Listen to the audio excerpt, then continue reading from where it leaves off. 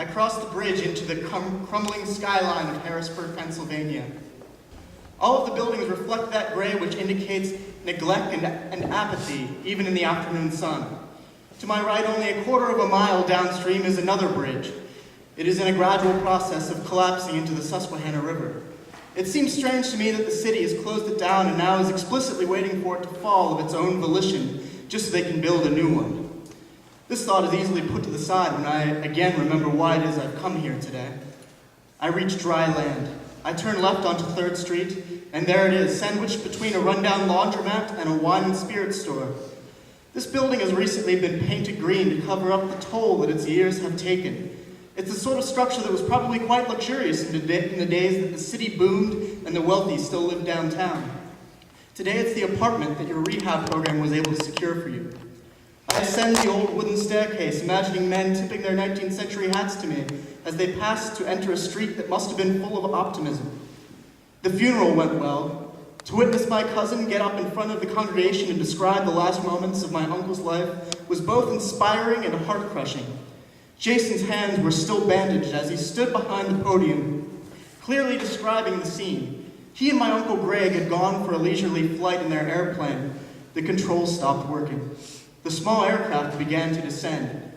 Uncle Greg muscled the steering mechanism, attempting to at least level out and dull the blow. There was a moment then that I can see in my mind as clear as if I had been there. Uncle Greg came to realize he was unable to fix the problem. The two men looked into each other's eyes, and Jason could see what Greg was thinking. Uncle Greg threw himself between Jason and the nose of the plane at the last possible second before impact. It was a maneuver which undoubtedly saved Jason's life, though Greg did not make it. I've come to your wooden sliding double door.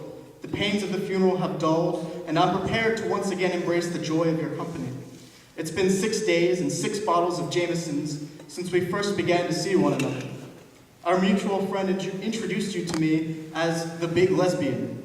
Regardless of his warnings, I was drawn to and was granted these 6 days with you.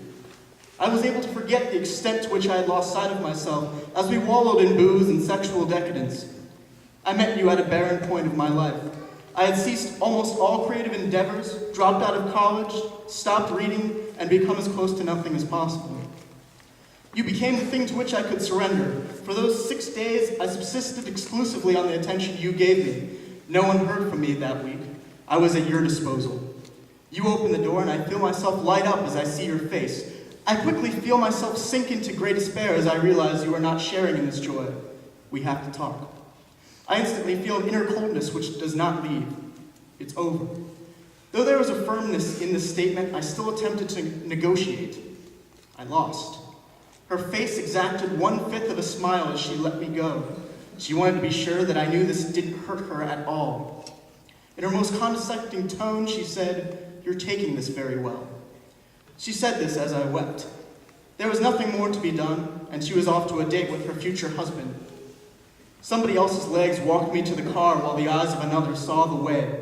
I sat in the driver's seat for hours attempting to reclaim my body. The thought of driving came to me more than once, but the destination was as elusive as redemption.